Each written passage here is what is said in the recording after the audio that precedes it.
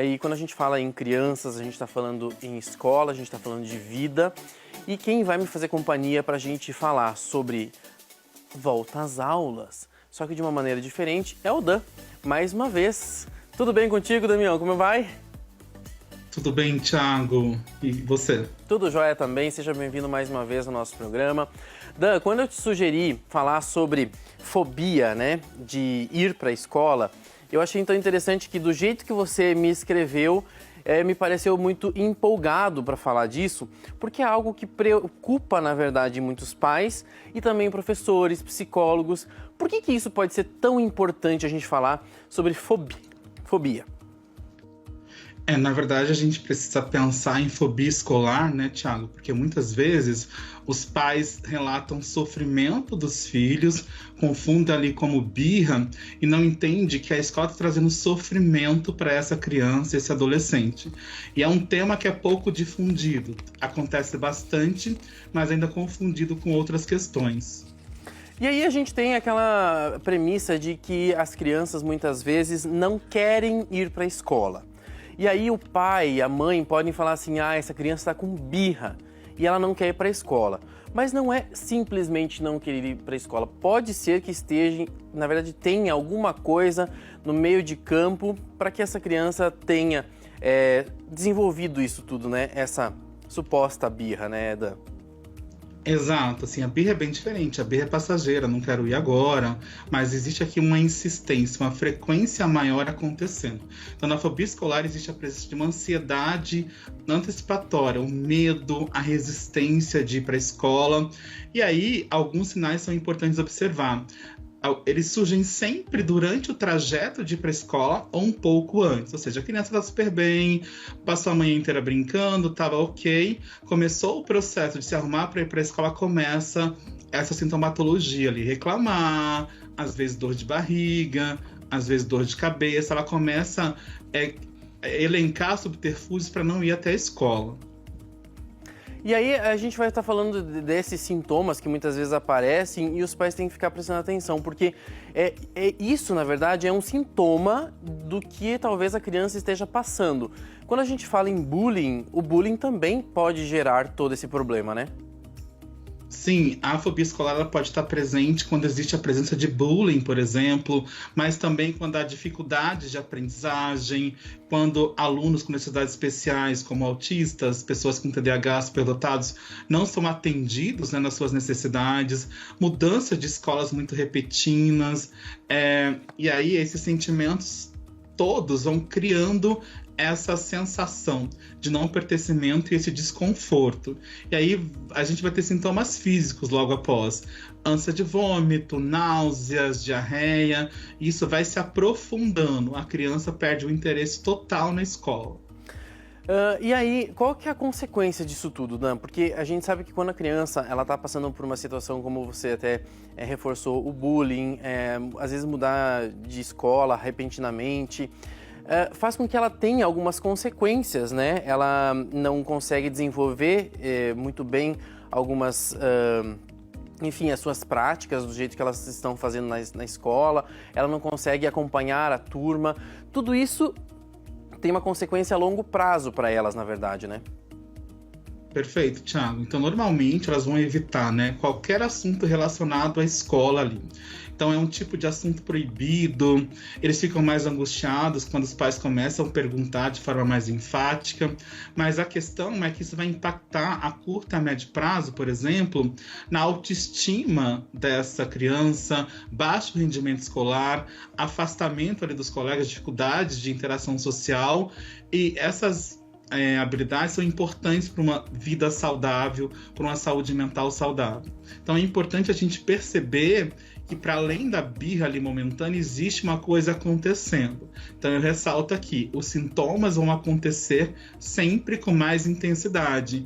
E geralmente essa criança vai ter dificuldade de falar de algum professor, de algum profissional da escola. Geralmente vai acontecer sempre no mesmo dia. Então só de quinta-feira tem aquele professor um pouco mais exigente, um pouco mais duro. Então eles vão se repetindo, os sinais vão acontecendo. E se a gente não percebe imediatamente, as consequências podem ser muito graves para o desenvolvimento social, cognitivo e emocional dessa criança ou desse adolescente. Você falou também sobre essa questão desses sinais, né, que a criança dá. E realmente é uma observação que a gente precisa fazer, né? Os pais, eles devem prestar atenção no que está acontecendo, como que essa criança está reagindo a esse dia, a essa situação, porque às vezes vai passando despercebido, né? Faz essa semana, de repente na outra de novo está acontecendo, mas os pais não se percebem que é no mesmo dia, na mesma situação, talvez por aquele professor. Então, estar atento a tudo isso pode fazer uma grande diferença, né? Perfeito, Thiago. A gente precisa ficar atento. Tá? A gente acaba tudo acreditando a birra, quando na verdade, né, ir à escola pode ser uma questão bem torturante para crianças e adolescentes. Então, os sinais, eles estão sempre. Então, quando vem para o consultório para a gente avaliar, já estavam ali instalados há muito tempo, mas a percepção estava equivocada. Então, sim, gente, pode sim ser torturante para a escola, se essa escola não for uma escola que acolha, que entenda esse aluno. Então, é muito mais que um desconforto, tá? Então, ficar atento a essa sintomatologia que vai se intensificando, vai acontecendo cada vez mais forte, e sempre muito próximo de ir para a escola, na véspera, e aí observar melhor sempre. Esse é o caminho. Observar o seu filho, entender que esse desconforto pode ser muito além de uma birra e entender o que está por trás disso. E a partir daí, pensar em questões de proteção à saúde mental do seu filho é o ideal a ser feito. Vou te perguntar uma coisa, Dan, porque na sua postagem, inclusive, que me chamou a atenção, eu vi que você fala também sobre os alunos que têm altas habilidades, na verdade, né, os superdotados, e às vezes crianças, eu vou até abrir um pouquinho esse leque, você me corrige se eu estiver errado, por exemplo, crianças com altas habilidades, mas também crianças que têm alguns déficits de aprendizagem, que têm TDAH, dislexia, assim por diante, que também podem sofrer bullying nisso tudo, nesse processo. Como é que faz essa relação aí disso tudo? Porque, na verdade, sim, as crianças com dificuldade de aprendizagem, transtorno de aprendizagem, ou deficiências intelectuais, autismo, enfim, a superdotação, que aprende mais rápido, já tem uma forma de aprender diferente. Muitas vezes o ambiente não atendendo essas demandas vai intensificar essa necessidade. Imagina você passar 6 horas, 5 horas do seu dia num ambiente que não é solícito, que não é agradável. E aí fica fácil perceber. Então, nos casos das pessoas com deficiências ou dificuldade de aprendizagem, é mais fácil da gente entender o porquê que está acontecendo.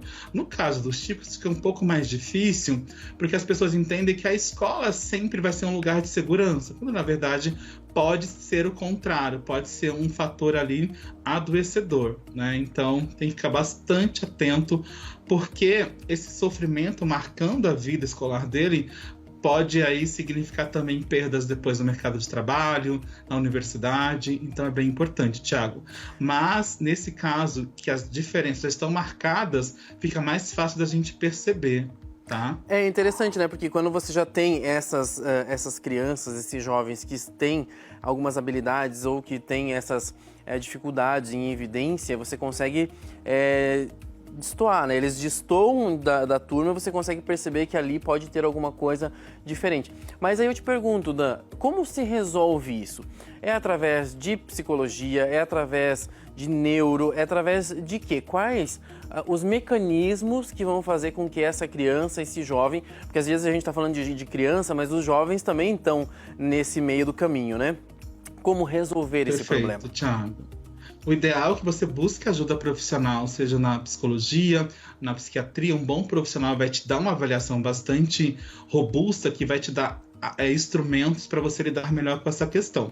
E isso perpassa desde o atendimento terapêutico dessa criança, de orientação à equipe escolar, até em alguns casos de mudança de escola, para recomeçar. Porque às vezes o ambiente fica tão fóbico, que traz tanto sofrimento que a gente não consegue dessensibilizar essa criança. E aí a gente costuma buscar outra escola e recomeçar. Então o importante, gente, é você observar o seu filho com muito cuidado e carinho, não julgar e buscar ajuda.